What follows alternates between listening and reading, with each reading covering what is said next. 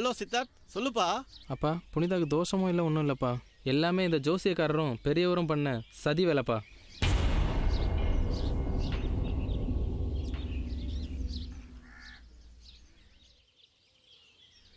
சரிப்பா, நான் மோகனுக்கு உடனே தகவல் தெரிவிச்சிடுறேன்.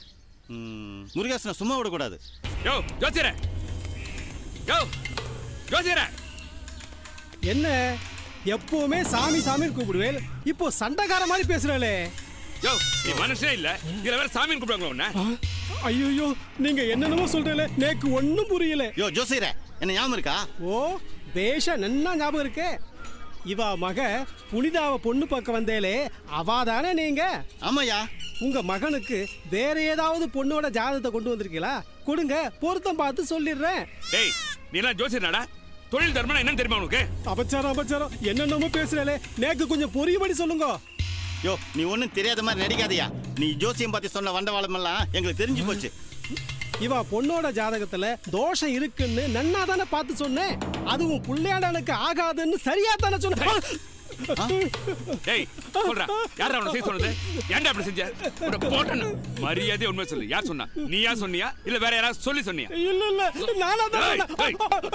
அடிக்க உண்மையை சொல்லிடுறேன். சொல்றா. முருகேசன் தான் செய்ய சொன்னாரு. ஜோசியர்களை ஜனங்க ஆண்டவனுக்கு சமமா மதிக்கிறாங்க. நீங்க சொல்ற ஒவ்வொரு வார்த்தையும் தேவவாக்கா நினைச்சு ஜனங்க கேட்கறாங்க. அப்படிப்பட்ட நீங்க தடமாறி போயிட்டீங்களே. பொய் சொல்லாத ஒருத்தன் அந்தனா இருக்க முடியும்? இப்படி தரங்கட்டு போற நீ எல்லாம் ஒரு அந்தனாடா. முருகேசனுக்கு பயந்து தொழில் துரோகம் பண்ணிட்டேன். மோகன் என்ன மன்னிச்சுடுங்கோ. டேய் 1000 பொய் சொல்லியா ஒரு கல்யாணத்தை பண்ணி வைன்னு சொல்லுவாங்க. ஆனா ஒரே ஒரு பொய்ய சொல்லி என் பொண்ணோட வாழ்க்கை நாசமாக்கிட்டேடா. நீ நல்லா இருப்பியாடா? நாசமா போயிடுவடா. 25 வருஷமா பிரிஞ்சிருந்த எங்க 2 குடும்பமும் என் பையனுக்கும் என் மச்சான் பொண்ணுக்கும் நடக்கிற கல்யாணத்துல ஒண்ணு சேருன்னு கனவு கண்டுட்டு இருந்தேயா. அந்த கனவை அநியாயமா கலைச்சிட்டியா. முருகேசனை பகைச்சிக்கிட்டு இந்த ஊர்ல வாழ முடியாது. அதனாலதான் அவ சொன்னதெல்லாம் செஞ்சேன். இனிமே என் உசிரே போனாலும் நான் பயப்பட மாட்டேன். அவன் முகத்தெரிய நானே கிழிக்கிறேன். உன் பொண்ணை பத்தி சொன்னதெல்லாம் பொய்ன்னு நானே வந்து ஊர் மக்கள் முன்னாடி சொல்லிடுறேன். வாங்க போலாம். வாடா, இவன் அங்க வச்சுக்கலாம் மாமா. டேய் முருகேசா, ஏன் இவ்வளவு கோவமா வரும்? டேய் முருகேசா, டேய் டேய் என்ன வாய் நீளுது? பாறா கை நீளுது. என்கிட்ட மோதாத, காணாம போயிடுவே. டேய் இவங்க எல்லாம் மிரட்டி என் பொண்ணுக்கு தோஷம் இருக்குன்னு சொல்லி என் குடும்பத்தோட நிம்மதியை கெடுத்துட்டியடா. உன்னை கொன்னானே கையடா. டேய் நீ சொல்றா. ஒன்றும் பண்ணிடாதப்பா. எல்லாம் அந்த முருகேசனுக்கு பயந்து பொய்யே சொல்லிட்டேன்.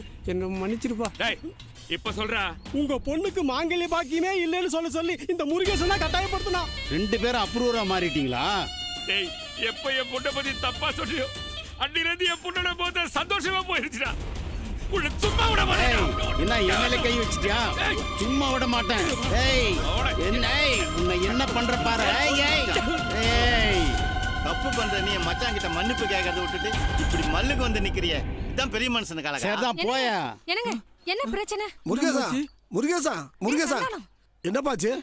டேய் சந்தானம், உங்க அப்பாவை போட்டு இப்படி அடிச்சிருக்காங்க. ஒரு ரத்தம் கொதிக்கல. டேய் இவ உடம்புல வருது இவன் ரத்தமா என்ன எருமாட்டு ரத்தமோ? டேய் எந்த எருமாட்டோட ரத்தம் இல்லடா, யார் ரத்தம்? எனக்கு பிறந்தவட அந்த சந்தானம். அடி பாவி ஜோகி, அவங்ககிட்ட குழந்தைய வாங்கிட்டு என்ன அசிங்கப்படுத்திட்டேடி. இவனோட தொடர்பு வச்சுக்கிட்டு என்னோட வாழ்ந்துட்டு இருந்தேடி. உன்னை கொன்னாதான் என் ஆத்திரம் அடங்கும். அவசரப்படாத முருகேசா, நான் சொல்றத கேளு. என்னப்பா நீ?